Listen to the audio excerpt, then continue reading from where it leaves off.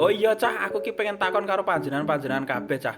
Iki nek salat Id ngene iki to cah, ngopo kok godhong-godhongan ki do anteng cah? Ora ana pergerakan blas jan anyep jekukut ora ana pergerakan blas kuwi mergone kenapa cah? Coba sing ngerti jawaban neng komen neng ngisor ya cah ya.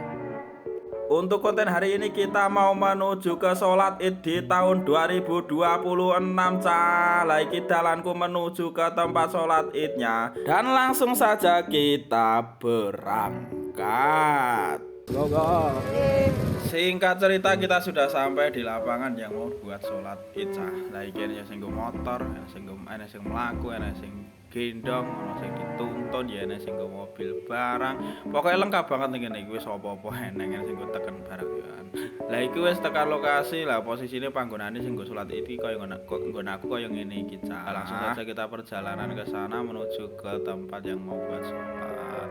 Lah sing bagian ibu-ibu, cewek-cewek ning kono kuwi, lah nek sing lanang ning kene iki ning ngarepe ibu-ibu. Mak jegang ki iki aku wis tekan nggon tempat lungguh karo nyuting-nyuting ngono kuwi cah kena gawe konten. Lah ndelalah kae lho, jek ana sing akeh banget padahal kene wis kon ngadeg persiapan ki arep salat. Lah malah ternyata ora ana sing entuk tempat duduk barang. Ya akhirnya ya wis ngene iki, kon ngadeg tata ulang lagi. Ternyata aku ngeliat gen dhuwur kok langite apik banget cah kayak tak syuting sik delok-delok ngono. Lagi setelah proses sholat terus khotbah, nah ini ada penutupan nasihat, ceramah begitu.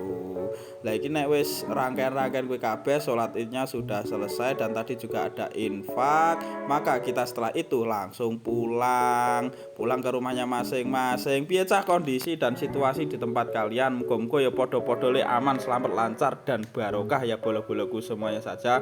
Pokoknya minal aidin wal faidin, mohon maaf lahir dan batin. Komen di bawah situasi dan kondisi kalian pas sholat Id.